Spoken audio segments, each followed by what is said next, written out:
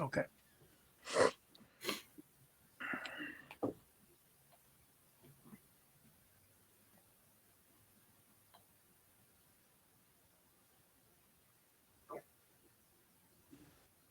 Welcome to another episode of Paranormal, the New Normal. I'm your host, as always, Jeremy, here trying to make the world seem a little more normal. And today we are not going to hit that mark by any means, but that's perfectly okay because, well, actually, you know what? We kind of are because we are making Paranormal, the New Normal today. But we'll get to that in a minute. First things first, my guest today is Jon Stewart, and he has some groundbreaking information that he is going to bring us into a little bit later. But first things first, how you doing tonight, Jon? I'm doing well. How are you, Jeremy? Doing all right. Doing all right. Dealing with that northeast weather, but I that's know. normal. So I'm used It's to been that. -5, and then it's 45 degrees and rain here in Chicago. So it's, what's the old saying in Chicago? If you don't like the weather, wait 5 minutes. That's what they say. That's what they say in the northeast too. I've been there. Yeah. But yeah, so yeah, we get through it. I will take some of those 45 days back again. I swear to God. But isn't that the truth? Global warming is a real thing. I don't care what anybody says. Yeah.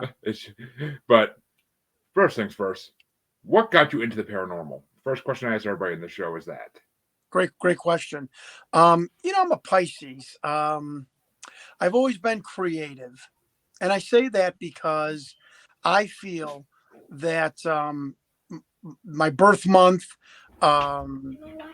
being a creative person, has just kind of like opened my mind to anything. As my mother would say when I was 3 or 4 years old, little Johnny's game for anything, and I was, and I was always curious, and I think all of those combined has has had me open to any new experience. I was raised a Catholic. Thought that the Bible was, if it was real, then there was some really substantially crazy stories there. And I'm a Catholic altar boy, so I can speak about my former faith. I'm kind of more spiritual than I am Catholic, so but that's what I mean. And so I had a really weird moment when I was about 7 years old. I saw this blue glowing mass in my parents' ceiling to wall mirror. I don't know if I invented that in my mind. I don't. I am saying that. I don't know if my crazy imagination invented that. I've had some really some more than unusual, bizarre paranormal experiences. I don't think so much more than anyone else until that what I spoke to you about in our pre-telecast about the where I wrote you the bed and breakfast with 2 other pro wrestlers where we encountered a poltergeist.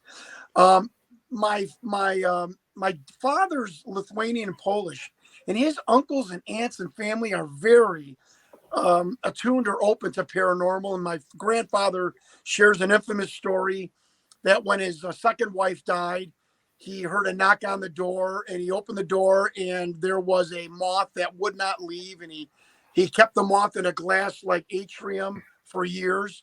One of my father's best friends died, who loved our summer home in the Upper Peninsula of Michigan. There's Wisconsin, and then there's the Michigan above Wisconsin, not only on the other side. Not a lot of people know that. Yeah. So, and when he died, he loved it so much up there. But when he died, a partridge. Now, there's partridge in Upper Michigan, maybe 6. But this partridge followed my father around for all day.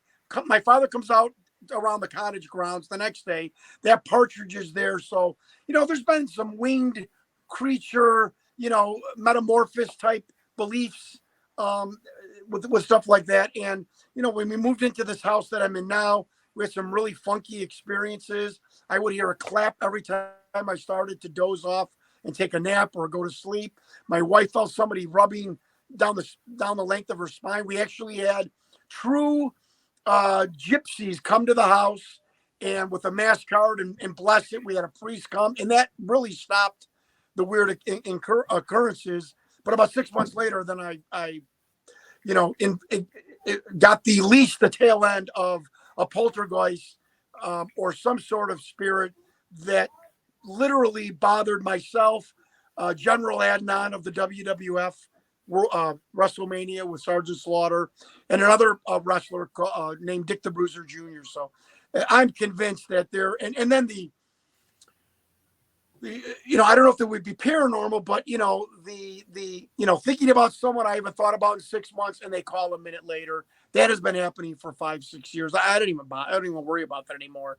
So, I've had a lot of experiences where I say to myself, maybe this realm is not everything we think it is. It really isn't. It isn't. I mean, my listeners will know I also live in a haunted house too. Activity's been low the last couple of months, but it's still creepy at times. Yeah. But you just gave us a lot to break down there. So I'm sorry. No. It's cool. I like when guests do that because then it gives me a chance to break down each part of it as I please. But I want to start off with the pro wrestling thing because I know who Sergeant Slaughter is. I was a huge WWF fan in the late '90s, early 2000s. So, I mean, so you were a pro wrestler. I know. I read that in your bio, but yeah, you could see me on YouTube. Just type in AWA Johnny Stewart. There's probably 20 matches. I took a football invited walk-on offer to Memphis State because I knew Jerry Lawler and I heard wrestling was easier to get into. I got into it in 1986. What people don't understand is pro wrestling up until like 90, 95 was like the mafia. It was impossible to get in. You had to finagle. You had to figure out a way. You had to find a way to meet a promoter or another wrestler, then convince them your intentions. And then maybe they would train you. They try and destroy you the first couple of days of training. Anyways, so I started with Jerry Lawler as one of the Beach Boys in Memphis. Then I went to wrestle for Dick the Bruiser's WWA. And then my main stint, and then I was actually hired by Jim Herd with WCW when he hired Brian Pillman, Tom Zink, and Johnny Ace, and Ric Flair, who was 42. And my gimmick was a spoiled rich guy, Ric Flair. Larry Zbyszko called me the $5 Ric Flair.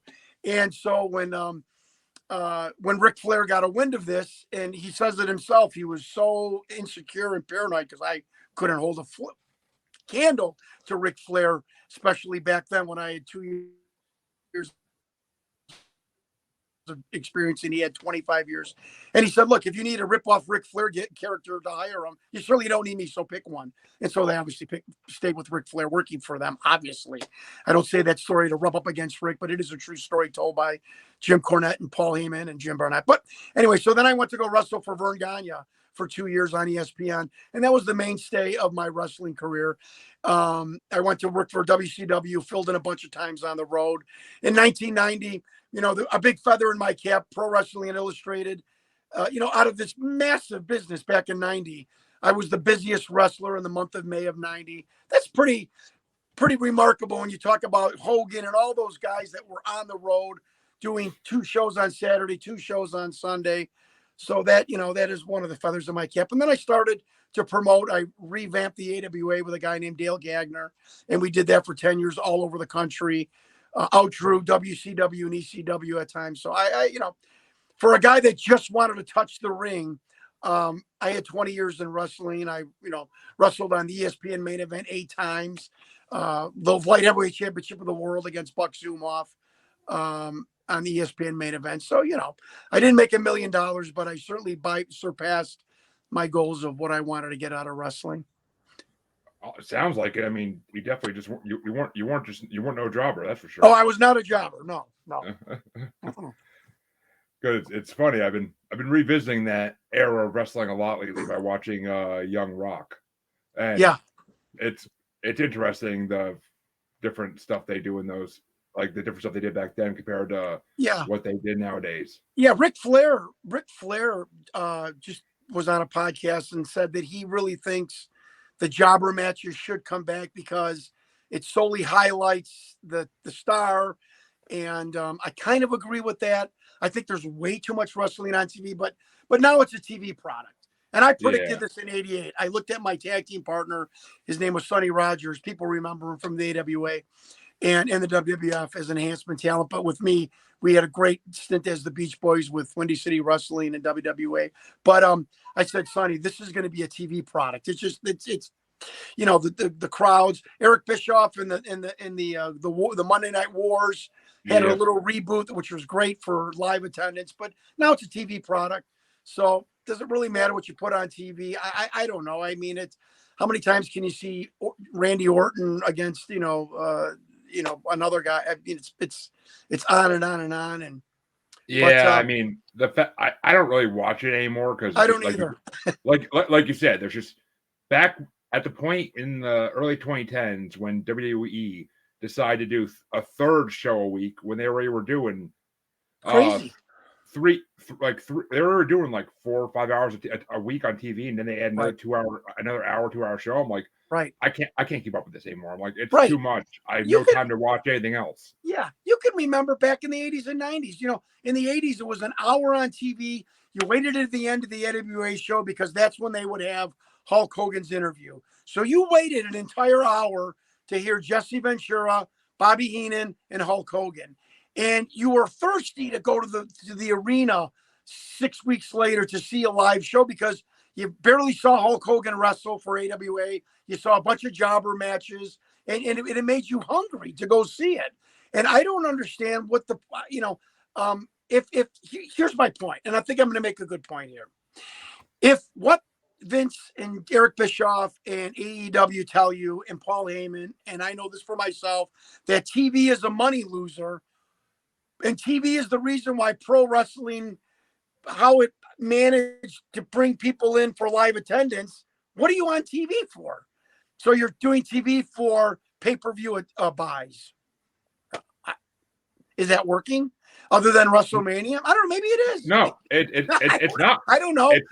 It's not working though because of the fact that now all WWE, at least all their pay-per-views are on Peacock. So you're not making $30-$50 per person anymore to watch it. They said to have a Peacock subscription, which is like less than 10. Folks, listen to this guy. I really am. I've only been in business for 35 years. I don't know what I'm. I don't get it. I really don't. But again, if TV's a loser, well then where are you making? You're making money at pay-per-view and merchandise. Well, that's great, but correct me if I'm wrong. I've only been in the wrestling business since 1986. Isn't most of your merchandise sales done at what's called an arena? Not anymore. I don't know the negative part. Again, I guess that's why I'm not in wrestling. I don't know the negative part of getting 10,000 people in an arena, drinking beer, pop, hot dogs, selling, $30 t-shirts and foam fingers and posters and paying $40 to get in. I mean, what am I mean, well, we don't have a live, it's not, Bruce Pritchard told me one time, well, we're not drawing in the live arenas because you're giving away 3 hours a week. At some point, you got to rip the Band-Aid off and say, look, wait a minute. If TV's not a moneymaker, let's make it a moneymaker as far as what is the byproduct of it? Live attendance. I don't know. But if you're doing 12 pay-per-views a year, they're making money. The investors are now it's on the stock market. And for anybody that doesn't know, when you're an executive in a publicly traded company, all your life is about the stock price. So it doesn't matter anymore. But it doesn't make sense to me to some degree. So, I mean, the only thing I will say is I've seen the changes at Triple H, Hunter Hearst Hemsley is making since he, or Paul, I guess if you want to go by real names here, but that he's making since he took over WWE. So, I mean, I think it's definitely going to be better maybe than it's been because Vince was kind of losing his edge in the later years. Absolutely. Yeah, Paul will do a good job. And I think it's refreshing. You have a pro wrestler on who doesn't call all the wrestlers pieces of shit. Like, I like everybody. So, but no, Paul, Triple H will do a great job. I think, I saw a 1-minute commercial for AEW. I mean, they look great, so it is. the stars they get. The stars they get are all old WCW Yeah. and WWE Yeah, stars. the retreads. Yeah. Yeah, which, I mean, some of the ones I got were my favorites back in the day. So I'm like, part of me wants to watch it, but part of me's like, I'm not getting dragged back into that world. I can't. Yeah. Right. I have too much going on between life and podcasting and everything else. Yeah, so, that's asking wrestling fans to donate 4 hours, 5 hours a week, and then you're giving it away for free. I don't know. Sorry, folks. Yeah. But I do want to point out that one of our viewers, Josh Dickinson, saw you years ago at the Westchester County Center. Oh, nice. Said hello. And he did make a good point, though. It's kind of like how internet killed the porn star, like TV killed the wrestler.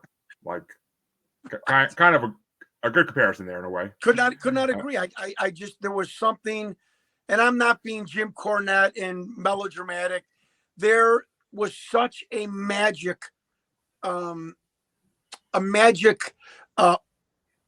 overshadow of pro wrestling from the 40s to the mid 80s and or 90s. You couldn't get near the ring. You couldn't touch the ring. You couldn't talk to the wrestlers. You didn't know where they lived. There was no internet. There was a magic quality. They weren't out signing autographs before the matches. When you saw them for 15 minutes, that's the only time you saw them in person. God forbid if you should see them at a convenience store or at a hotel or in the airport. It was like seeing your idol. You know, it was like seeing a cartoon figure. And you've kind of taken that away with TV. And you know, it is what it is. All I can say is that, especially in the beginning of my career, and especially in Memphis territory, you know, I did it. I performed when people thought what I was doing was real. And Jim Cornette, everyone laughs at him for waxing on and on and on about the wrestling business. But if you weren't there when people believed it was real, and you know there was 9,000 people screaming at the Mid-South Coliseum, if you weren't there to witness that, you know, it's hard to get rid of that. You know, it's hard to get rid of that feeling, you know, of doing something, being a gladiator, knowing you're probably not going to get hurt, but that people believe in what you're doing and they want to kill you. And I was always a bad guy. So, you know, people wanting me dead or injured or maimed and me egging them on. And, you know, that feeling, Jim Cornette's right. I can't describe it. And it's hard to shake. I cannot walk down. The greatest thing about the movie, The Wrestler, or the one that resonates with me, is when he was walking down the hallway in the grocery store, and in his mind, he was under the bowels of an arena. And my wife laughs at me. I cannot walk down any kind of hallway without, you know, doing the Hogan, you know, shoulder strap, you know, slap, or, you know, I'm not even trying to be funny or you make my wife laugh. I mean, it is so conditioned from being 18 all the way to, you know, my last match when I was 40. It's so ingrained. It's unbelievable. And it's ingrained because it was something special. And I'm proud of that. And I wish people could have experienced that. It's probably something similar to being at a WrestleMania live, that energy, you know. So I'm not saying it's totally lost forever, but I was very lucky to experience it. Yeah, I mean, at one point in my life, I had aspirations to do that, but I would have been the next Big Show or Mark Henry, but I mean, it just wouldn't have been. Well, you got the voice. You got the raspy voice.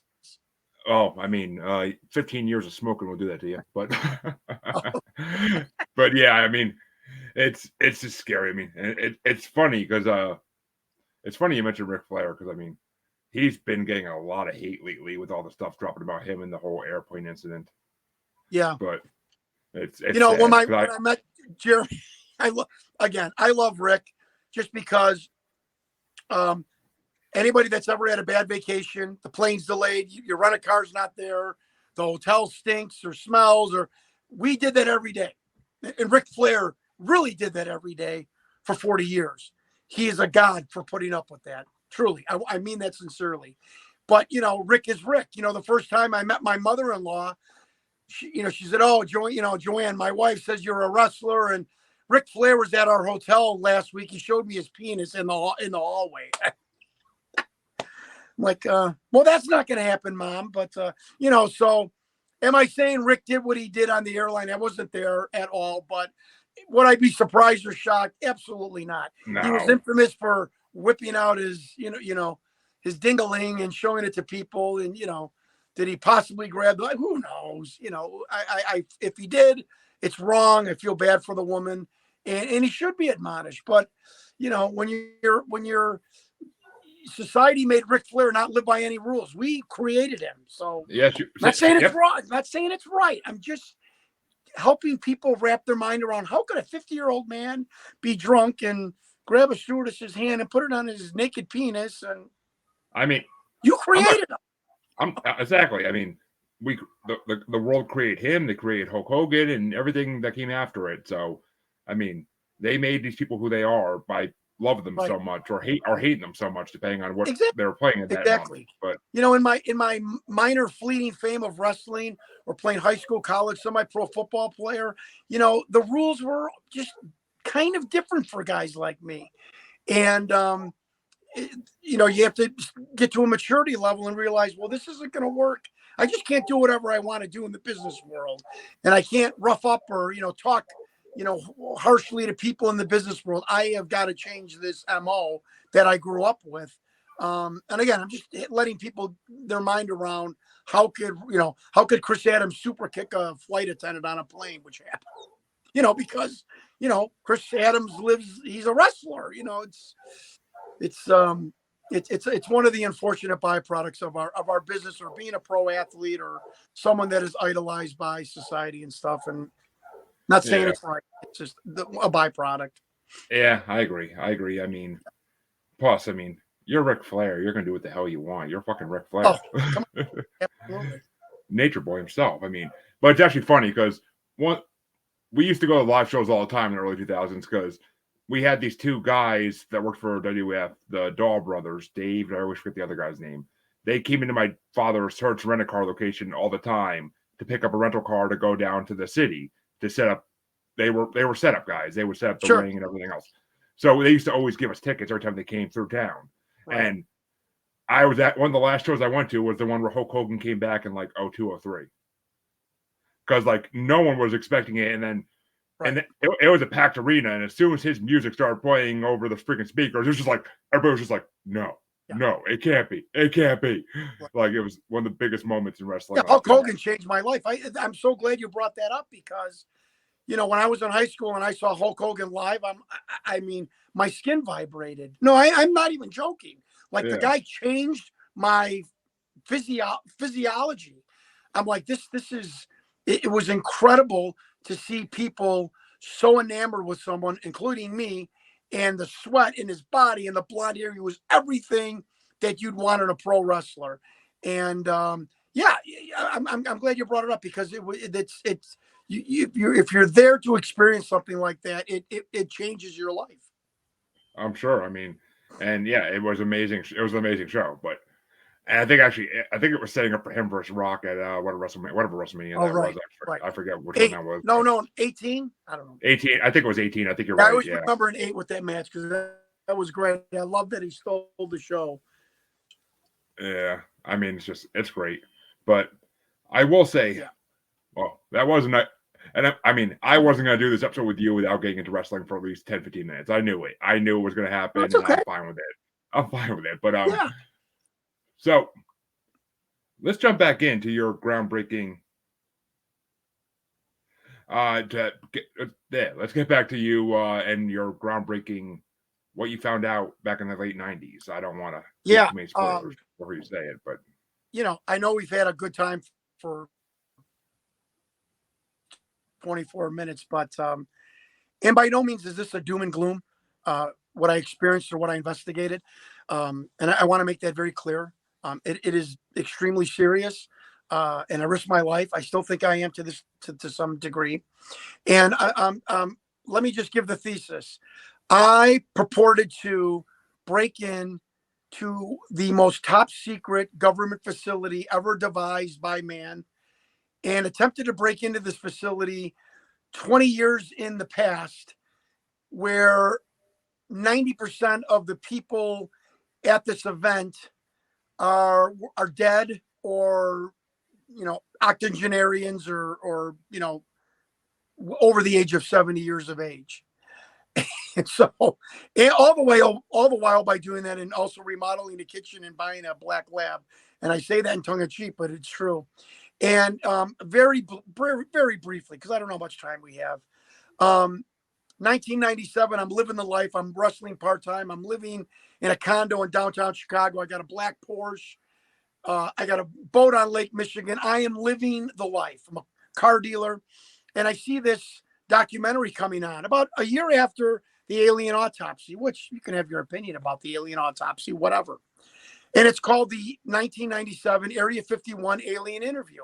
I mean, I'm not the sharpest pencil in the drawer. I'm thinking alien interview, like a weird looking human is going to have a clipboard for a job interview at the Pentagon. I'm down sitting at my couch in 1997, and I see this non-CGI, darkened room, a gray alien, but it's not gray. It doesn't have all the dyes. It's got a physiological monitor next to it that doesn't go up and that's not going across. It's just staying put. Medics come in. I see the mouth of this puppet go open and close, open and close. His eyes are changed. The sockets here are changing shape. The medics come in and they're dressed in scrubs, not biohazard suits, like they've been with this creature for years and years and they know it's not in danger to them. And then there was the whistleblower, Victor, who still to this day is probably the smartest person I have ever heard speak. I'm going to repeat that. He was the smartest person I have ever heard speak, and I probably encountered 10,000 people in my 56 years of life. And this really, really bothered me because it struck me as this does not have the hallmarks of a hoax. Take it from the guy who's a trained con artist, right? Which is a pro wrestler. I'm like, this does not have the hallmarks of a hoax. It's too non-produced. It's too chalant. It's one take. What the frick is that physiological monitor? And on the bottom of the screen is emblazoned digital overlay graphic, DNI/27. It's 1999. I'm running for Congress. I bow out and endorse Mark Kirk, which became the congressman and a senator. He's now retired. John McCain comes into the district to do a bus tour with him. And since I dropped out and endorsed him, I'm on the bus tour. I'm the third man in the Musketeers helping Mark Kirk get elected.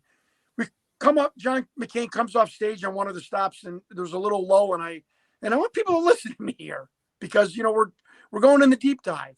And I said, Senator, my dad was a ground crew at Corpus Christi. He's like, oh, I had my jet pilot training at Pensacola. I'm like, oh, he goes, what did your dad work on? I'm like, F9s. He's like, oh, I love F. I wish I would have flown F9s. I said, Senator, before we get on the bus, can you answer me a question? He's like, sure. He's real happy, jovial. I said, what is the Department of Naval Intelligence? Jeremy, he turned demon-like. His eyes went like black.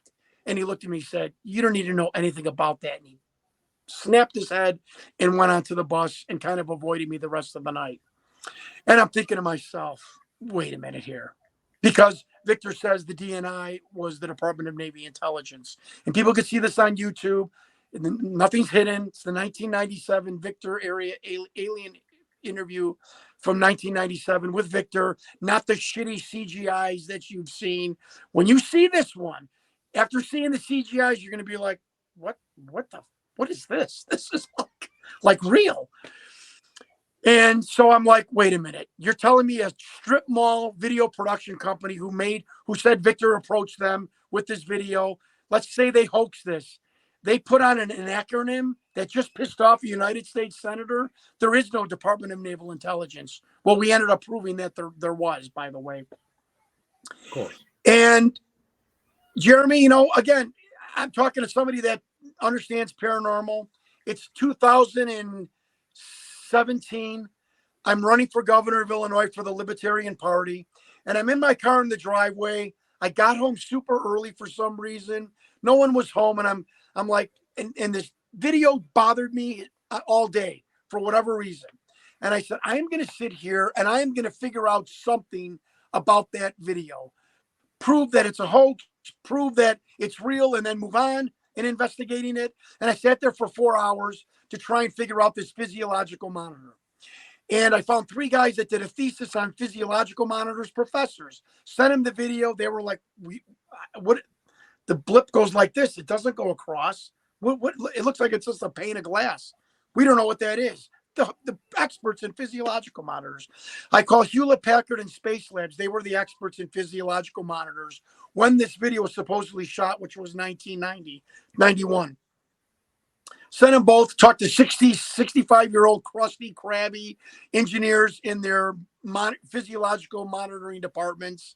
Got these old, experienced guys on the phone. No one knew what that was, to the point of, I don't know what you're looking at. I don't know what you sent me. We've never made it. It's still not manufactured, and I do not know what that is. These are Hewlett Packard and Space Labs. One of the guys said, it might be a one-of. I said, whoa. What is a one-of? He said, well, if you have an unusual situation and there's no type of equipment to help you with this situation, you would design and manufacture a one of something to help you with your problem. I said, would you design a one-of weird physiological monitor to monitor an alien's heart if you knew that it only had one ventricle? And instead of hanging up or laughing at me, he went, yeah, I would definitely do that. Definitely invent that. I'm like, I grabbed the receiver. I'm like, holy shit, that worked. I'm like, okay, thank you. I'm like, wait a minute. Wait a minute. 25 years, this video has never been debunked by anyone with any credibility, meaning Hollywood. No one's ever come forward. I was the producer. I did craft catering. I did the uniforms. I worked on the B-roll. They did a mock-up alien interview. I worked on that. I did the accounting. There's 2 guys in the foreground of this video that you just see the silhouette. I was one of those guys. No one of any credibility. Jim Delatoso, says, look, I can't explain this. There were FX people that said, oh, you could have done that for $150,000 with the minimal eye movement and round. We come to find out that the video production company they were selling the Tim Conway, dwarf golf video guy. I mean, and UPN, it was on UPN with Reicher Entertainment, and Reicher Entertainment, we found out, couldn't pay their employees for the first 4 episodes of this big program called Strange Universe, which is where this video premiered. So no money, strip mall video company, creating a physiological monitor that's still not into production today, a pissed off senator. Why would you put the letters of DNI on a video that you're trying to not seem like it's a hoax that don't exist? Aren't you lending the credibility that it is a hoax when people can't research what DNI is? You and I, Jeremy, would have put CIA emblem or, this is the Pentagon or, Department of Navy or something like that, not the Department of Naval Intelligence in this weird 27. Yeah. And so, I just moving forward, because I am under contract, so I can't name names. I said to myself, how in the hell am I going to break into a facility that's 25 years in the past? Everyone, 90% of the people are dead. How am I going to find Victor? How am I going to find anyone that can lead me to any evidence that this film is real or fake? And I want people to understand, I wanted to just find out the truth. And I figured it's called a bird dogging. So I went on podcasts, the Project Camelot with Carrie Cassidy, the Jeff Rench Show, which is one of the biggest internet radio shows out there, and Caravan to Midnight with John B. Wells, which is, I knew a lot of military people, I heard this in the wind, listened to that show. And I went on these shows, talked about my investigation and my interest, begging people to help me. And sure enough, 2 weeks after my appearance on the John B. Wells Caravan to Midnight, I get the email. I'm not going to tell you where I work. I know all about that film. I'm like, oh, you know all about that film. He said, but I'm just not going to give you the information. I want to, how, like pro wrestling, I want to test you out to see, if you're just doing this for your own interest or are you serious about it? He sent me a couple of whimsical clues that I figured out right away. I kept emailing back for a year. Think about this. Kept this up for a year. And on my birthday, little suspicious, folks, you're hearing this for the first time live.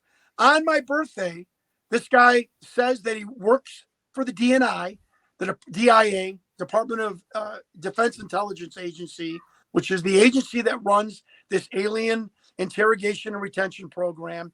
And Jeremy, he sent me a verbatim report from the DIA computer of the 6 men who were behind that partition glass, the 2 telepaths, because there was a thought projection interview, what the details of the questions were, who the DNI was, why they inserted their questions, because I guess there was a bunch of agencies lined up to talk to this creature.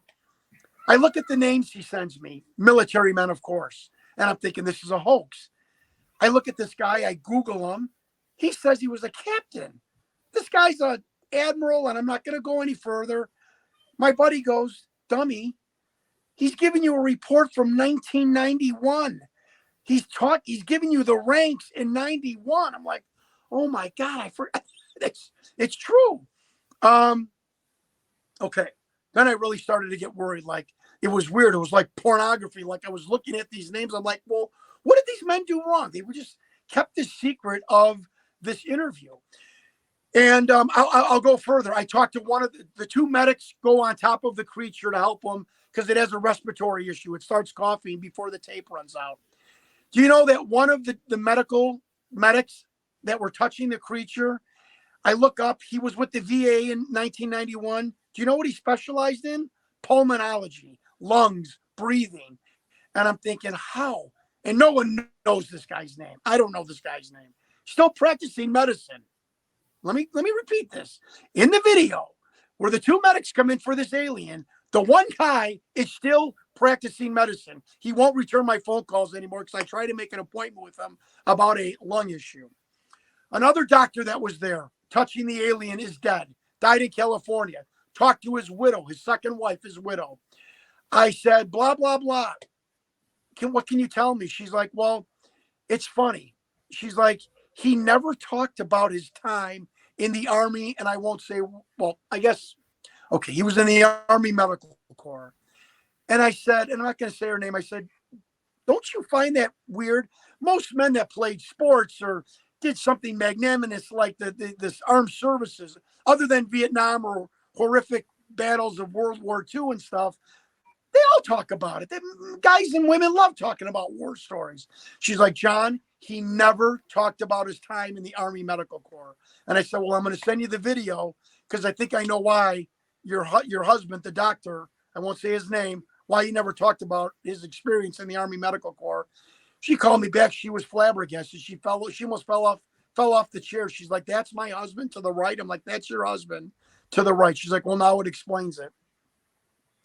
What other weirdness can I tell you? Another person that was there was retired. I'm like, what? Fake, hoax. This guy's retired. He wasn't even in the military. What was he? He worked for TRW. Now, I'm in the automobile business. That's the credit bureau reporting agency. However, TRW also did mapping and contour assistance for the government. And we know that they were trying to find a submerged object in the Indian Ocean. This is what they were asking this alien creature. And when I read that, I about fell off. And he's got a very famous father from World War II, which when the documentary comes out, we will obviously explain. So, Jeremy, I'm sitting here going, wait a minute, John McCain. I'm getting a whole report. I'm getting the right date. I learned that Victor died, blah, blah, not Victor died. I learned that, that their ranks back in 1990. I know that the date was wrong. Victor was trying to get distance between him and this videotape. So he did lie about the date and the facility. And this is going on, and I'm getting leaks and tidbits from people. It's a blur. It comes so fast and a blur in my mind. Now, Scott Walter from American Earth, he's a geologist. He has got a military intelligence insider that is currently working for an alphabet agency. And this guy wants to come forward in some way to disclose some of this alien information. I can tell you this right now in your fan base. There is a civil war going on in the military industrial complex of people that want disclosure and people that do not want disclosure. And there is a civil war of, we're going to, these people are going to help let people like me get information. These people are trying to stop it. It's pretty interesting. It's pretty interesting that there are people in the government that want us to at least learn some of what's going on. This program is under what is called Project Aquarius, which is the overall study of extraterrestrials. And this program, this film, which is blacklisted by the military, the current military insider said that that film is blacklisted, meaning no one can speak about it. It never happened. It doesn't exist. Because if the military talks about it, then it becomes real. If they prosecuted Victor for leaking this footage, then why would you prosecute somebody leaking fake footage and a fake puppet? If that makes sense? And yeah, I have been given the new military designation of extraterrestrials. I can't say it. I hate when people do this on the internet like I'm doing now. Believe me, I want to strangle my neck. There is a new designation for extraterrestrials that I will release in this documentary. 2 people have this designation, 2 civilians, from what I've been told. And the other interesting thing he said, sometimes the government, when they want to leak something, they will recreate it. Not that that's what this is, but that was something very interesting that he called himself Holden. And I was also helped, Jeremy, by a group that's no longer in existence called the Avery. This was a para-government group in the 80s and 90s and early 2000s, made up of scientists, ex-military, intelligence insiders. They would meet once a year to discuss and disseminate, and they all had bird names: woodpecker, condor, falcon. And that's how, and one of them said, you roused all of us. You got us off our perch. We're helping you. You're the bird dog. And I'm like, oh, I felt like George Costanza. I've got a code name. I told my wife, honey, I've got a code name. I'm the bird dog. But, and there's been some funny things. Like one funny story I can tell people real quickly, because it's changed my life, of who I am, my overall composure. It's changed my life for the better. I do not have this doom and gloom scenario that most people have. But I was calling a facility to try and get a hold of one of these whistleblowers. And I would always get a voicemail, get hung up on. Nobody would answer. For the first time, somebody said, "May I ask who's calling?" And I panicked. On my God's honor, on my honor, I panicked and I said, Art Vandelay, from the Seinfeld show. She never caught on. And I told my wife, I said, oh my God, I just used Art Vandelay. And the woman didn't catch on that, that's from the Seinfeld show and stuff. But, oh yeah, and so there's 27. I'm going to leave this tidbit. The last, it says DNI in the bottom of the screen /27. I see a presidential briefing for Ronald Reagan in 1981. And on top about extraterrestrials, it's fascinating. You need to go see it on Google. There's 27 at the very top of the page. I called a man by the name of Richard Doty. He was the Air Force Special Officer of Investigation and Counterintelligence. And I used him as like my go-to guy. Like, what is this? What does this mean? Very helpful. I said, Rick, what does 27 mean? And this is when I almost fainted. He said, well, 27 is Yankee White. Again, think of a strip mall video company hosting this video.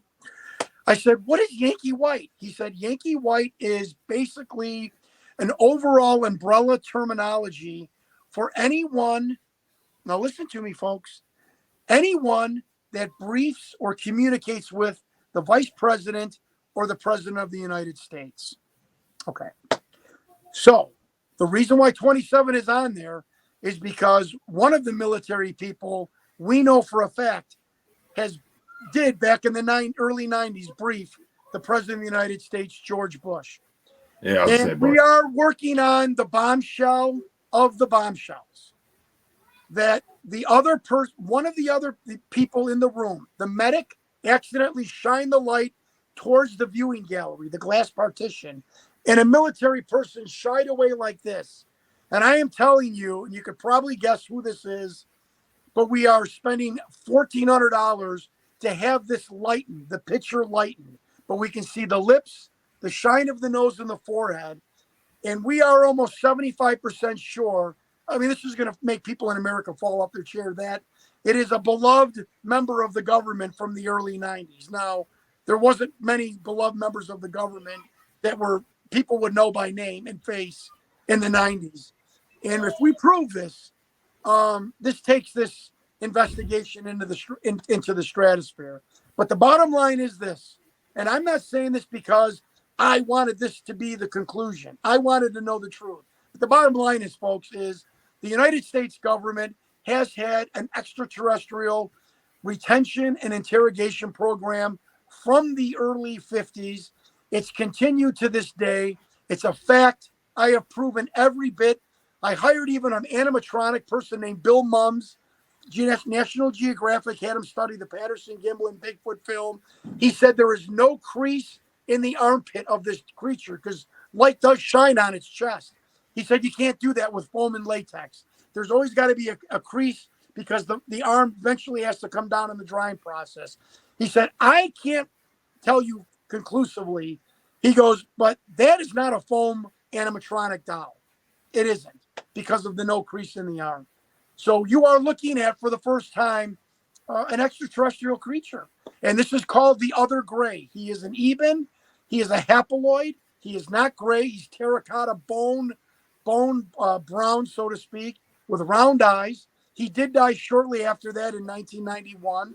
And this video and our entire 7-year investigation will come out next year, hopefully, in a documentary. And I'm not here to be an interloper, to call out the government.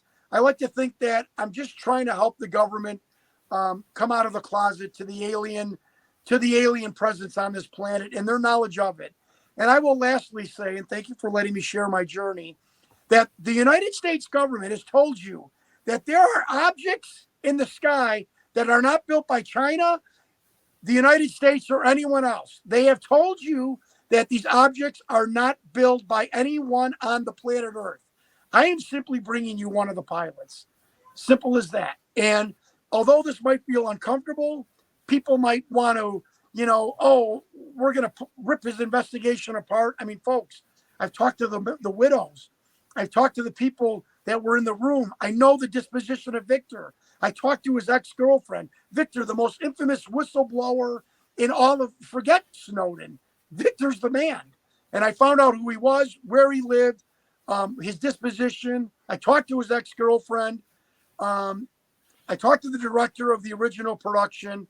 This video is 100% authentic. And we did it. My team did it. We proved every bit of it in a journalistic integrity. And I'm proud of it. And I just want people to not scrutinize it so much as to, this is real. What do I do with this knowledge now in my life going forward? And to some degree, let the government off the hook. Now, he must be an insider. I'm not an insider.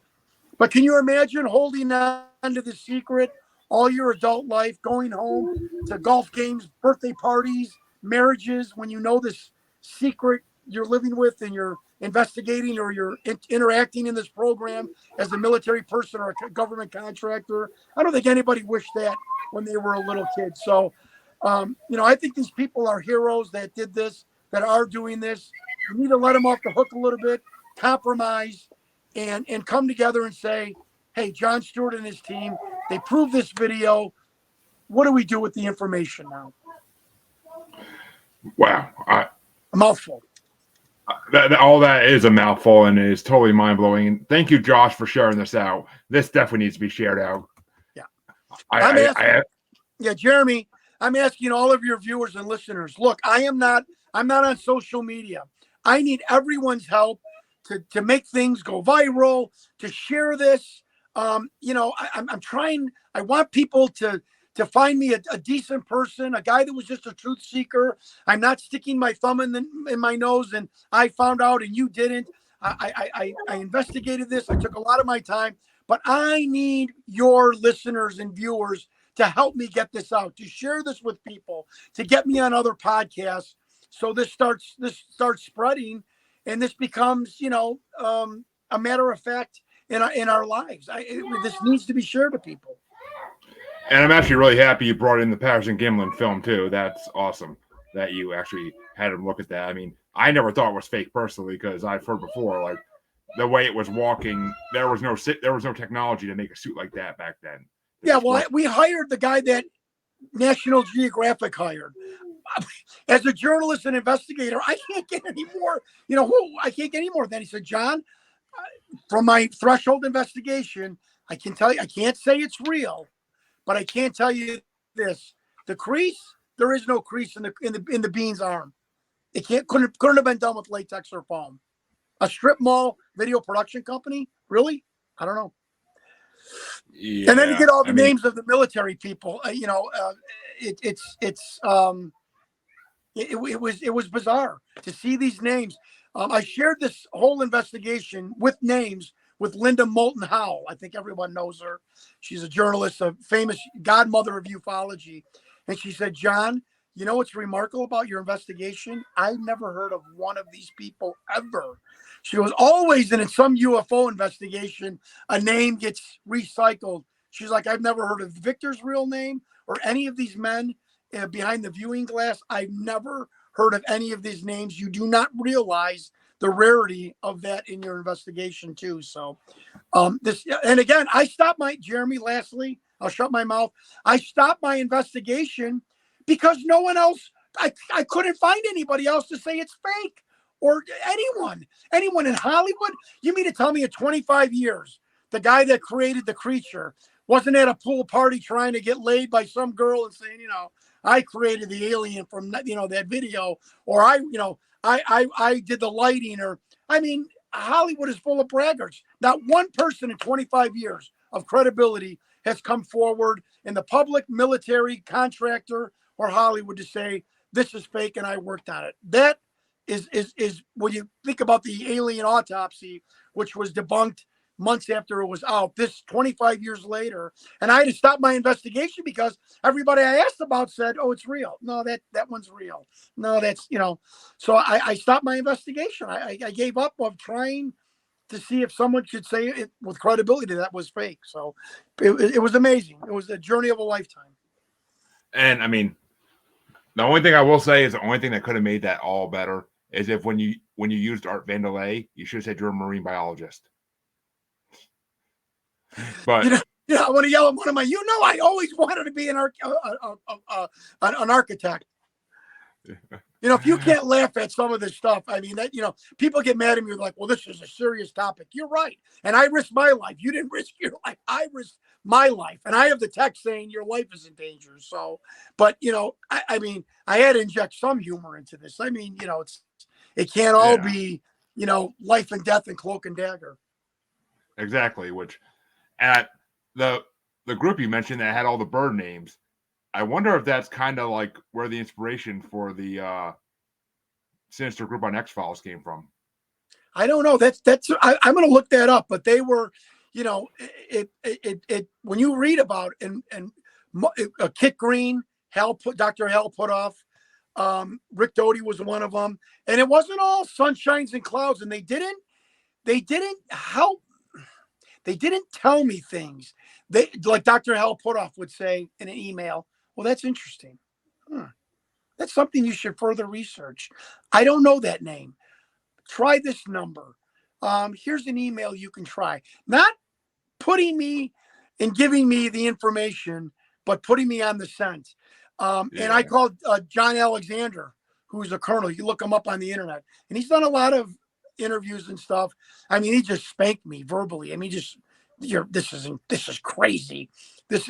And John Alex, Colonel, if you were ever watching this, I apologize. I know I came off like a goof, and I'm sorry. I caught him at a wrong day, but I'm 56 years old being hollered at by a guy on the phone. It was a little, like I said, it wasn't all sunshine and pink elephants and fluffy clouds. It was a lot of hard work and hundreds of emails and and my sincerity came through, and finally somebody from a military agency came in and gave me the whole story. It was incredible. It was a thrill of a lifetime to find Victor's name and find all the people that were in that viewing gallery and that this thing was real.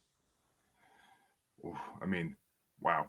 I feel like I just got, this may be the most groundbreaking episode I ever released. I actually. Well, I told you, I wrote you the thing. Are you sure you're ready for this? Yeah. Oh, they ain't no one gonna, I ain't worried about nothing. But I mean, it's funny too, because it's funny with the Patterson-Gimlin, I always say, I'm like, with COVID, they announced UFOs. I'm like, what's the next pandemic going to be? Bigfoot? That's right. Right. I have COVID brain and pro wrestling brain. Werner von Braun said to a secretary on his deathbed, the next enemy is going to be, after communism, is terrorism. And the next thing after terrorism is fake alien invasion. Why would he say that? And it certainly seems like someone is setting us up for something. There's something else I want to say about these 5 whistleblowers, which they all shied away from a topic, but I'm reluctant to. But it just seems like either that there's other civilizations that are watching us, like, oh shit, the kids have the matches. They figured out nuclear fusion. We really need to monitor this. I kind of think that scenario is true and believable.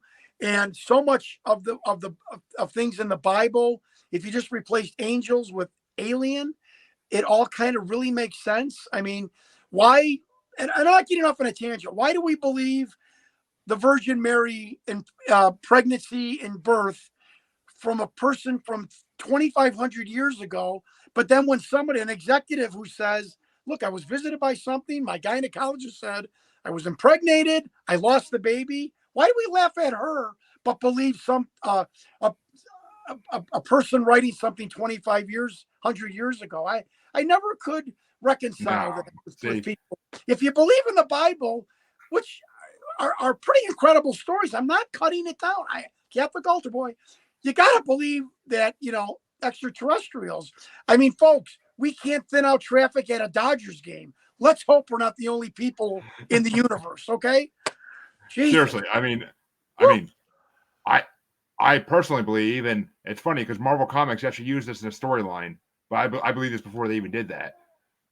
You just said it. We are too much of a dirt ball of a backwards planet that all these high intelligence alien civilizations don't want to mess with us, because they're like, we don't want to go there because they're going to try to kill us. They may not be able to, but they're going to try to kill us. These people kill each other over a $10 toaster at Target. Yeah. Like, maybe not want to land and make contact. Exactly. I mean, we'll stay up here and watch them. I mean, I could, my wife sees them all the time in my freaking back and front yard. But I mean, this area is a very high UFO population area. But I mean, people see them all every day, and they're watching. They're watching. They've been watching, and it's getting more frequent, Jeremy. So I'm telling people, I think this is good that what my investigation is coming out. I'm not putting the focus on me. Let me say this, because let them get acclimated, because I feel that there's going to be a landing or a really, really good high-res close-up of a craft with somebody's iPhone that is going to be so undeniable that the government's going to cave, So, and I am taking my investigation to Congressman Andre Carson in Indianapolis next week, who's on the Intelligence Committee. So, folks, this is not a joke. And I'm not making this up. I'm taking my investigation to now that the Whistleblower Act has been enacted and signed into law. And I'm going to take my investigation to Congressman Andre Carson and see where it goes from there. And just, as Dr. Stephen Greer said, there are people that are in charge of some of these agencies that don't even realize that this is going on underneath them, because they just have not been briefed on it, even though they're out of the agency. And I want to say lastly something that, I think there's something wrong when a duly elected president of the United States can't go to any facility that is built by the government and knock on the door and look around when he can't do that or she can't do that, something is fundamentally wrong with our country. And right now, the president is allowed to go to some of these facilities, and I think that's ridiculous. And I think that should change. As Josh said, exactly, they're puppets. Our presidents are just puppets. Well, especially the one we have now, who I really don't want him going into facilities and looking around because he would get lost. But that's just the way it goes. Right. And yeah, Charles is right. If the aliens want us dead, we'd already be dead. Right. Can I also say something? I hope on that point. And I want your listeners to listen to me. Look, you got to let the government off the hook a little bit to crack the door, to encourage them to come forward. I'm begging your listeners, anybody that's hearing my voice. One of the main reasons for the secrecy is the technology that we have been given is the high ground. In the Civil War days, it was a high hill or mountain. Now it's technology. I am not condoning the secrecy. I am not pandering or letting the government off the hook. But I do understand why the need they feel for secrecy, because this technology is the high ground. And we really haven't had any kind of war on our soil for 50, 60 years. We are so dominant militarily wise. Is it possible that some of this technology has been used that we've garnered? Possibly. So again, we have to just, hold our tongues, just just ease off on the government to encourage them to say, okay, here's the reason why we're not telling you. They're taking some of your semen or ovaries. We can't stop it. And we need the technology because it makes us safe. And that's our high ground. And we're sorry, mea culpa. We didn't know how to tell you, but the cat's out of the bag with the Tic Tac and this Jon Stewart with the alien and this other person with the high res iPhone. You're right. We know they're here. We've got to keep some of this information to ourselves. They're real. We feel that they're not any harm. And what's on Wheel of Fortune tonight? It can't make it any more simple. And I think that's really, when it comes down to a simple explanation, it's the high ground. It's the high tech high ground that they're unwilling to let anyone have. And I kind of understand it. I don't like it, but I understand it. I agree. If Americans would stop fighting each other over the stupidest little things, then maybe the government would say, all right, Americans are more mature now. Maybe they could take this truth.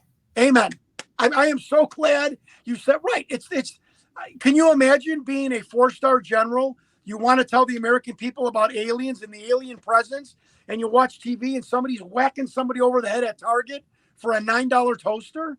Does that make you feel confident as a general to try to that the American public is going to absorb this? Come on, let's look in the mirror.